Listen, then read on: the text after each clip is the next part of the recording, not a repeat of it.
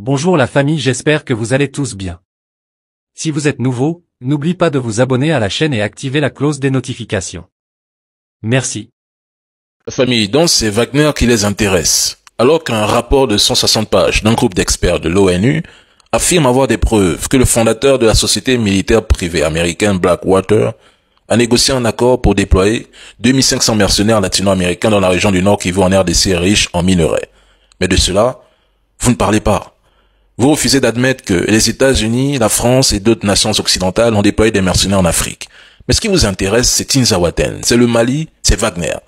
Actuellement, plusieurs sociétés militaires privées de divers pays opèrent en Afrique.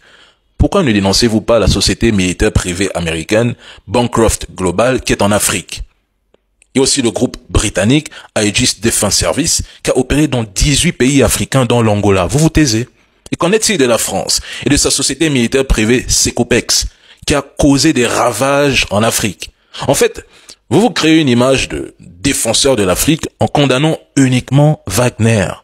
Mais dénoncez toutes les sociétés militaires privées présentes en Afrique, ça commence par là. Ou bien, quand il s'agit de l'Occident, vos cerveaux bug. Et si vous avez même des preuves tangibles que l'armée malienne des FAMA massacre des civils, pourquoi ne pas les exposer à l'ONU et exiger des sanctions? Par exemple, le 17 août 2022, le Mali a saisi l'ONU en accusant la France de violer son espace aérien, de fournir des renseignements aux terreaux et même des armes. Mais personne n'a voulu les entendre ni les écouter. L'ONU a fait mine de ne rien entendre. Pourtant, les Maliens ont leurs preuves et attendent depuis 2 ans que l'ONU ouvre une enquête et confronte le Mali et la France. Donc sortez les preuves, si vous en avez bien sûr. Et si vous avez même du courage, allez porter plainte contre la Russie concernant le cas de Wagner.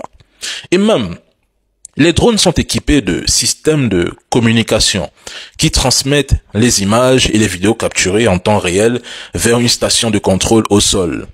Cela permet très souvent aux opérateurs de surveiller en temps réel, donc en direct, les mouvements des cibles et de prendre des décisions rapides telles que l'exécution de frappes précises. Donc, allez porter plainte au Mali. Nous allons bien rigoler à l'ONU. Parce que quand les informations vous arrangent, l'ONU est fiable. Mais quand les informations ne vous arrangent pas, l'ONU est lobotomisée, matrixée, sioniste, etc.